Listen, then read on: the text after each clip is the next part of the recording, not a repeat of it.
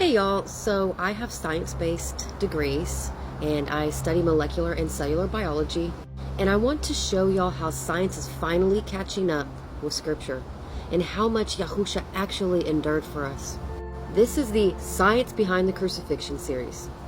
Today's episode is episode 5, the nails and the stake pierced for us.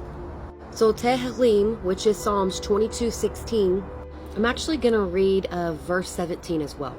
So it says, "For dogs have surrounded me, a crowd of evil ones have encircled me, piercing my hands and my feet. I count all my bones, they look, they stare at me."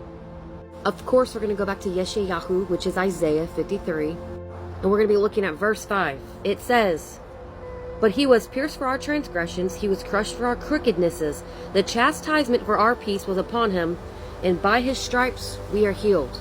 And then if we look in Yohanan, which is John, and it's going to be chapter 19, verses 18, 23, 25, and 27. I had to write them down.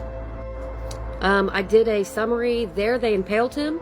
Then the soldiers, when they had impaled Yahusha, took his outer garments and made 4 parts, a part to each soldier.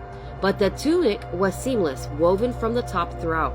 And then if we look at Yohanan 20:27, which is John still, it says, this is verse 27. "Then he said to Thomas, 'Bring your finger here and see my hands, and bring your hand and put it into my side, and do not be unbelieving, but believing.'" So this was doubting Thomas is who he's talking to.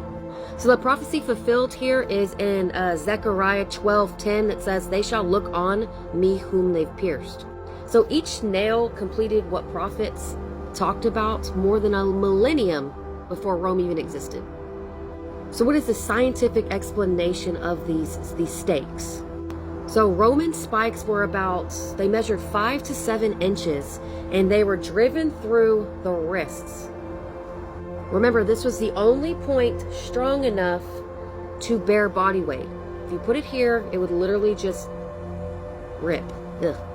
The Greek word tier, which is G5495, is in Yohanan 20, and this encompasses the hand and the wrist, because it says here, it says, "Then he said to Thomas, 'Bring your finger here and see my hands.'" He's not specifically talking about hands, because in Greek there was not a separate term. It meant your whole upper arm. He could have been referring to anything. It didn't mean specifically hands.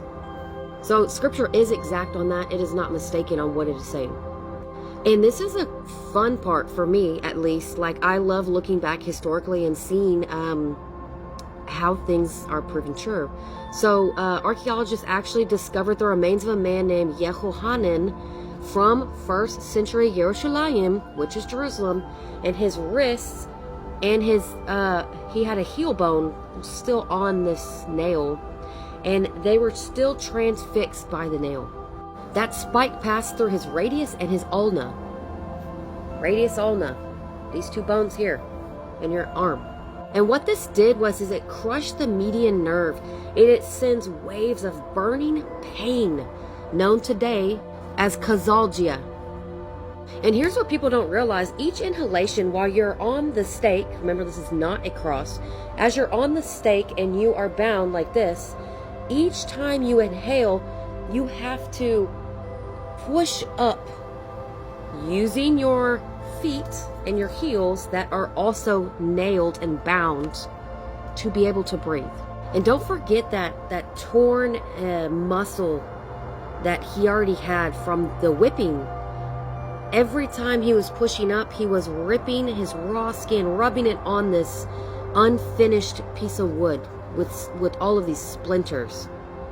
And each time, so you're like this, you breathe in, of course that hurts, excruciating pain, right? And then when you breathe out, you relax and it crushes your lungs. It literally makes you feel like you are drowning without water. And so death actually came from progressive asphyxiation, layered upon, remember, because he had hypovolemic shock as well. All right, so layman's terms, what am I saying? 1, the nails were not in his hands, they were in his wrists. And this is where all the nerves and the bones meet, which made it even more excruciating, which is why the Romans loved to do it right there. Why not prolong the pain? And each breath meant pushing up on these pierced feet, twisting his torn wrist, and scraping his back on this splintered wood. So he did not just hang there and wait to die. He fought for every single breath that he took until he chose his last. So what is the spiritual connection with this? The same hand that healed the blind and raised the dead were now fastened to this piece of wood by the very creation that he came to save. Just think of it. It's mind-blowing to me. So the stake didn't truly hold him down, but his purpose did. So science calls it respiratory and circulatory collapse. Scripture calls it is finished. That is Yohanan 19:30, which is John.